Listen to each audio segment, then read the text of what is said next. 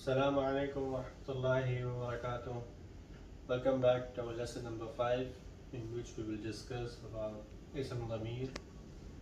Previously we have discussed about types of Ma'rifa, and we mentioned 7 types of Ma'rifa, and number 1 we mentioned was Ism Alam.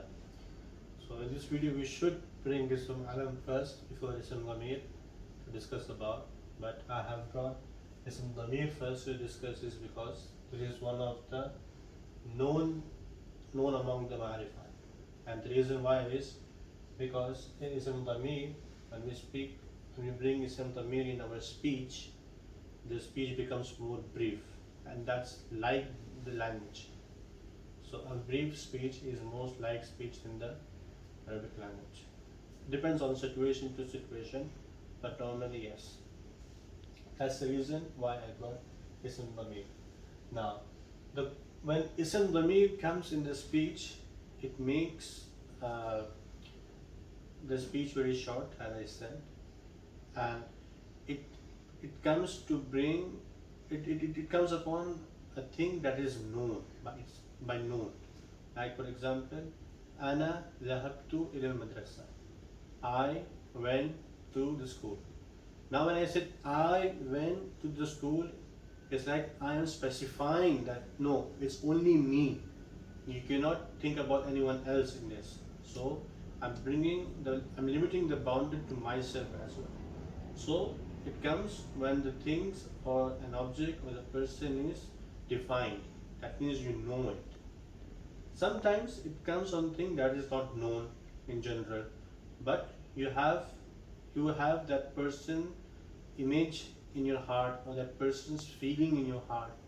That's like that you know that person in real, or that he is present to you at the same time. So it is not only bounded with the thing that you know or is presented in front of you, it also comes with the things that's not presented in front of you, but it's so strong, you have a strong connection with it, that's in your heart. Alright? Then sometimes Ism Dhamir is used in general. Like for example, you are in a speech and you want to present a bad quality of someone or a good quality of someone in that speech. So now you don't want to take the name of the particular person. You want to keep it unknown. So you speak in just a way that it's known by everyone. So everyone who has the same quality will be talked on, right?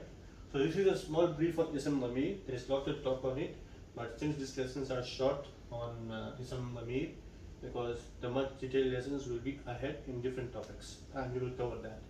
So now Ism Dhamir, as you know, these are pronouns. As I translated into English, turns out to be pronouns. When we studied about i'rab, we discussed about RAAFA, Nasab, JARR. There in RAAFA, I spoke that the last letter of the word has a diacritical point, which is either Dhamma or Dhammatain. If not presented in the words, it will be there in its meaning, and that you know by the meanings from the front and back. Then we have Nasab, the last diacritical point of the last of the word, which will be in Fathatain or Fatha, and in Jar it will be in Kasra or Kasratain. Another thing I told about was Rafa.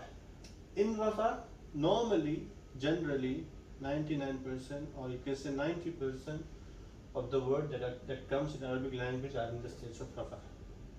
There are some governing factors that changes the word from Rafa to Nasab. Like for example, Fail, it changes from the word that was in Rafa, now it will change into Nasab. Like Darabtu Zaydan, so change it to Nasab state. In Jar, in our previous video we talked about Huruful Jar, the prepositions. These prepositions changes the word from its position to the Jar state, that is Kasratain or Kasra. Now let's talk about Ism Dhamir in the Rafa state. So we are dividing the Dhamir into 3 categories. First is third person category, second person, and first person. So there will be total of 14 forms that one needs to know, because this is the basics of all and in the basic format. So let's start. Okay. Number one, huwa, that means he. Then we have huma, that means they two male. Alright. Then we have hum, it means all of them referring to male category. So the first three belongs to the male. Number one, he. Number two, huma. Number three, hum. Then we move on to female, because this is the quality of the language that is specific for male and for female. Here, she. Huma, they two female. Hunna, all of them female. Alright. One may ask question that in the male there is huma, in the female there is huma. They both are same. So what's the difference? How will you recognize? You can only recognize by the context. There is no other way to understand it. Only by the context. And that you come to know with the passage of time, how you get used to the language. Then we move on to the second person, that is number one, anta, you may. Lots of people, they make mistakes between anta and anti, and so they tell to the female person anta and to the female person also anta. So again, it's confusion, but that's grammatically wrong. So anta is for you one male, and then antuma, you two male, and antum, all of you male. So this speech is for all of you male, or you two of you male, or you male. So the first three again for female. Then the next three, anti. Number one, anti, you one female. So I'm speaking to you one female. Then antuma, you two female. Antunna, all of you female.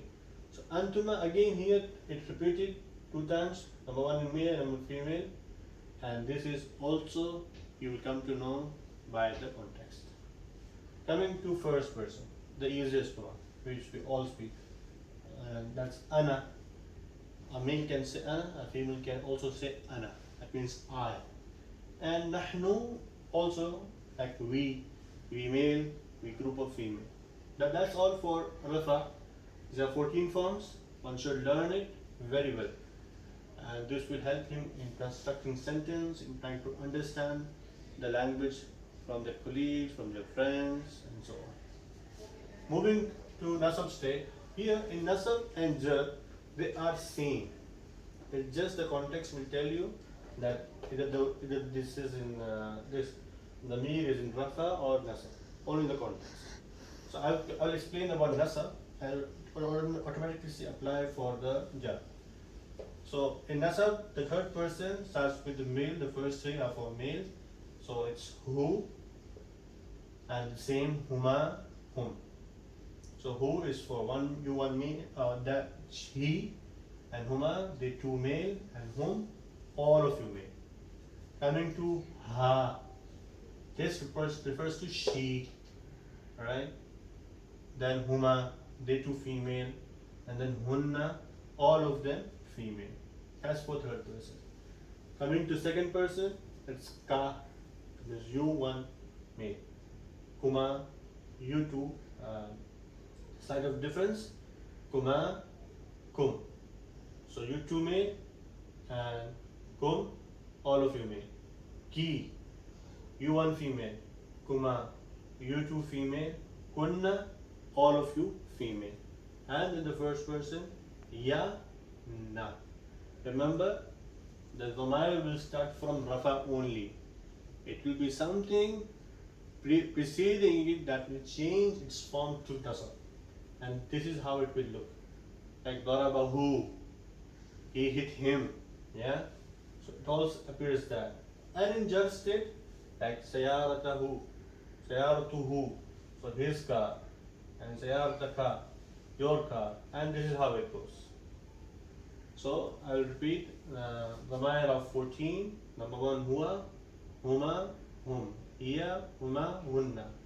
Anta, antuma, antum. Anti, antuma, antunna. Ana, nahnu. Instead of NASB, hu, huma, hum, ha, huma, hunna, ka, kuma, kum, ki, kuma, kunna, ya, na. So this has to be memorized by you so that you can move ahead in the lessons very fruitfully. That's all for today's lesson. I hope and I wish that you have taken more from these lessons and it had benefited you the most. And I will wait to see you for the next lesson. Till then, Assalamu alaikum wa rahmatullahi wa barakatuh. Don't forget to subscribe us and like our video and press on the bell icon so you receive daily updates of our video whenever we upload it. Jazakallah khair. Assalamu alaikum.